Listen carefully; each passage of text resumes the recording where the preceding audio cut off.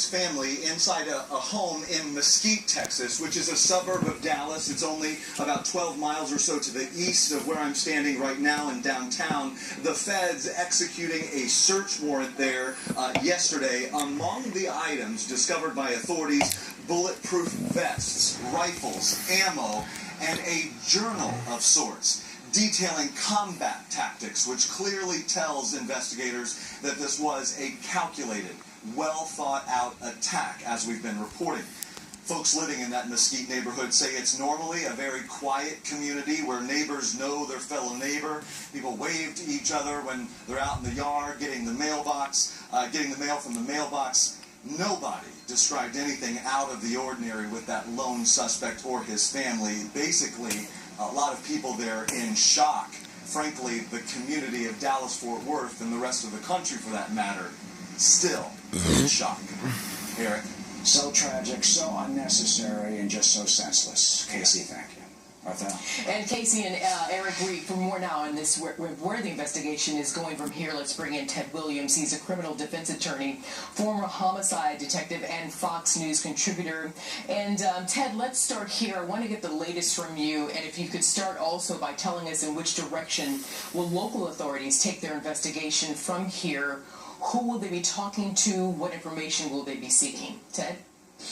Well, what local law enforcement officers are still trying to find out, even though they've said that this shooter was a lone wolf, they want to try to find out, number one, if there are others involved.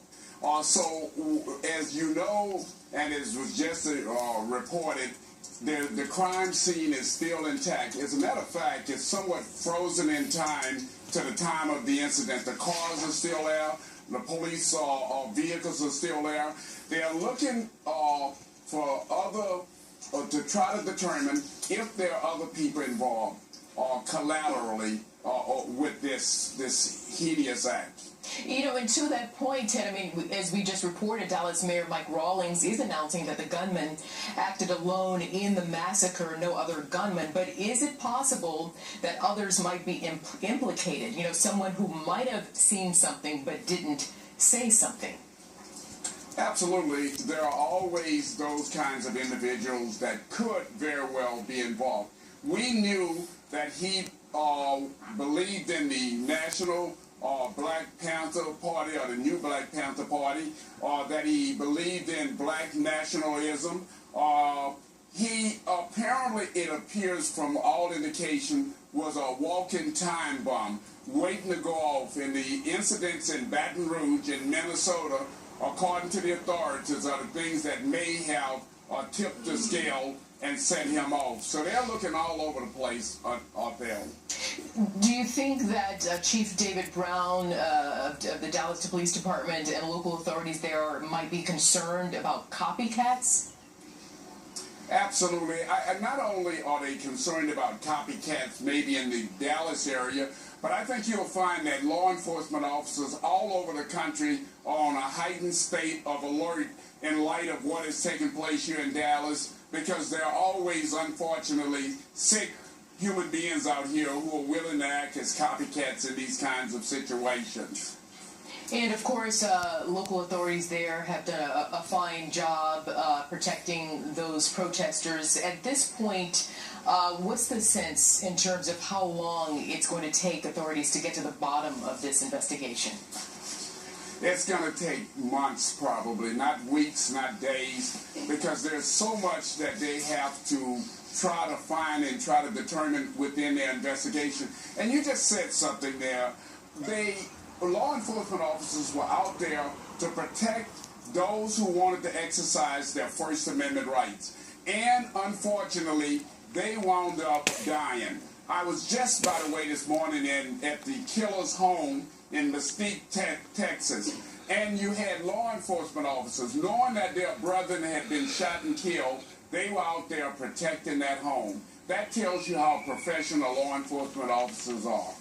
And, you know, I asked you earlier about copycats, possible copycats there, Ted, in Dallas, but also, as you mentioned, it could be, you know, something that authorities are looking out for nationwide. It strikes me that the tragedies of this past week have struck a chord at the heart of America. And it strikes me that if someone thought they could pull something off like this, I think the community would stand up. Well, and now, try to stop them. Absolutely. When you see something, we're asking that you say something. There are always these walking time bombs in our communities that are waiting to go off, and I think, unfortunately, people have remained somewhat jaded and not said anything. But I think that's about to change. We have seen this walking time bomb come and shoot 12 people and kill 5 law enforcement officers, all in the name of we hate white people and we specifically hate white police officers. So it's definitely time for a change, and let's hope that we will see that. Ted Williams, thank you so much. Always appreciate your time and expertise. Thanks, Ted. Absolutely. My pleasure, unfortunately. Exactly, in this story. That's sure, Ethel, and we are now learning more about the survivors of the shooting and some of those victims as they recover at the Baylor University Medical Center. That's just about 2 miles from where the shootings occurred. In addition to the 5 officers who were gunned down, 7 others and 2 civilians are also wounded.